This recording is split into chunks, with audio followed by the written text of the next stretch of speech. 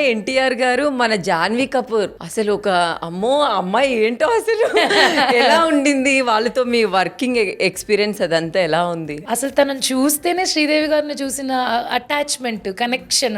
నేను చెప్పాను కూడా, if I look at you I feel like I'm looking at Sridevi గారు అనమాట. బికాస్ మనమందరం చాలా ఇష్టం కదా మనకు ఆవిడంటే. తారక్ గారికి మీకు చిట్టపట్లు ఉంటూనే ఉంటాయి. మొన్న దేవరాలో కలిసినప్పుడు కూడా శివ కొరటాల గారిని పిలిచి, ఈ అమ్మాయిని ఎందుకు పెట్టుకున్నారు సార్, ఈ అమ్మాయికి యాక్టింగ్ రాదు, ఈ అమ్మాయిని పెట్టుకో. ఓకేలే తారక్ గారు, మీరు బిగ్ బాస్ ది మనసులో పెట్టుకున్నారు. ఆయన ఇప్పటికీ అరవింద సమేతలో కూడా పిల్ల డేంజర్ సార్, ఈ పిల్లని పెట్టుకో, ఎందుకు పెట్టుకున్నారు సార్ ఈ పిల్లని, బాగా చేస్తుంది సార్ అంటే త్రివిక్రమ్ గారు, ఏం చేస్తుంది బాగా అల్లరు సార్ ఈ పిల్ల ఉంటుంది. నేను ఎందుకు చేశాను అది, వాళ్ళు ఎందుకు క్యాప్చర్ చేసి వేసారు, నాకు ఫ్యూజిల్ అవుట్. ఆవిడ అంత ప్రేమగా నీతో మాట్లాడుతుంటే నువ్వు వెవే అంటావంట. అయ్యో, ఇప్పటికి ఎక్కడ కనిపించిన తారక్ గారు మిమ్మల్ని ఎక్కిరిస్తారా? ఇప్పటికీ ఎక్కిరిస్తారు, ఇప్పటికీ ఫన్నే.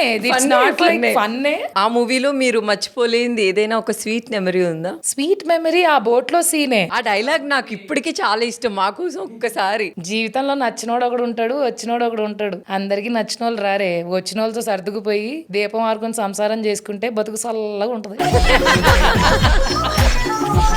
దానికి అర్థమయ్యేదా? జాన్వీకి మీరు చెప్పేది అర్థమయ్యేదా తెలుగులో? డైలాగ్స్ ఎలా ప్రాక్టీస్ చేసి చెప్తుంది అంటే వెరీ మెమరీ, చాలా ఎక్కువ మెమరీ అన్నమాట.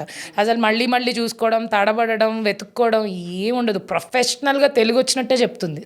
సో నేను అదే అనుకున్నా, శ్రీదేవి గారు అని.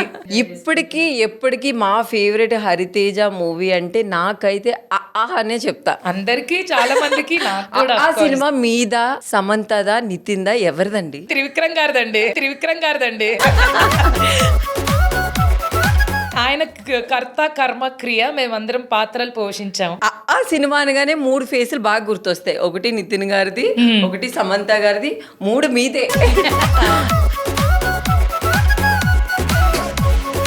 ఆఫర్ ఎలా వచ్చింది? త్రివిక్రమ్ గారు ఈ క్యారెక్టర్ కోసం వెతుకుతూ ఏదో జనరల్ గా టీవీ తిప్పుతూ కుకరీ షో దగ్గర పాజ్ చేశారంట. నేను వేసే జోకులు, నేను చేసే ఫన్, ఆ వంటల మీద, వంకాయ మీద, వాటిల మీద అవన్నీ చూసారంట. చూసి ఈ అమ్మాయిని పట్టుకురండి. నాకు ఫోన్ వచ్చి త్రివిక్రమ్ గారి సినిమా అనగానే నాకు ఫస్ట్ ఆఫ్ ఆల్ పాజ్ అయిపోయింది లైఫ్ అంతా. త్రివిక్రమ్ గారి సినిమాలో నన్ను పిలుస్తున్నారా అని.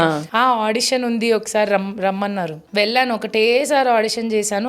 అసలు బాగుందో బాగాలేదో కూడా చెప్పలేదు, నచ్చలేదేమోలే, మనకి ఎప్పుడు దరిద్రం బెస్ట్ ఫ్రెండ్ కదా, పక్కనే ఉంటదిగా. పోయింది అనుకున్నా. బికాస్ 1 వీక్ 10 days కాల్ రాలేదు. తర్వాత డైరెక్ట్ గా డేట్లు వచ్చాయి, ఓ 3 నెలలు. నాకు క్యారెక్టర్ తెలీదు, అసలు నేను ఏం చేస్తున్నానో తెలియదు. మీరు అక్కడ వెళ్ళిన తర్వాత ఏంటి అని కూడా అడగలేదు? వెళ్ళిన తర్వాత తెలిసింది, ఇదేదో చాలా పెద్ద మ్యాటరే, నేను అనుకున్నంత చిన్న విషయం కాదు, చాలా పెద్ద క్యారెక్టర్ ఇది అనేది. బికాజ్ నా మీద ఆ బరువు ఆయన పెట్టలేదు.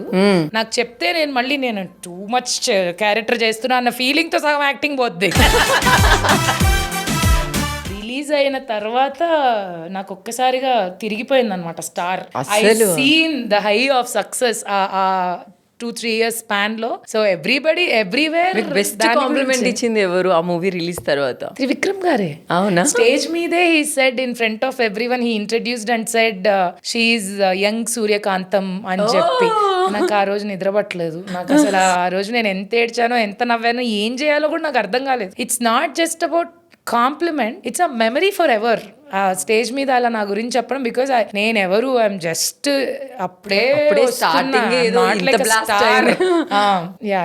ఆ రోజులు వేరే.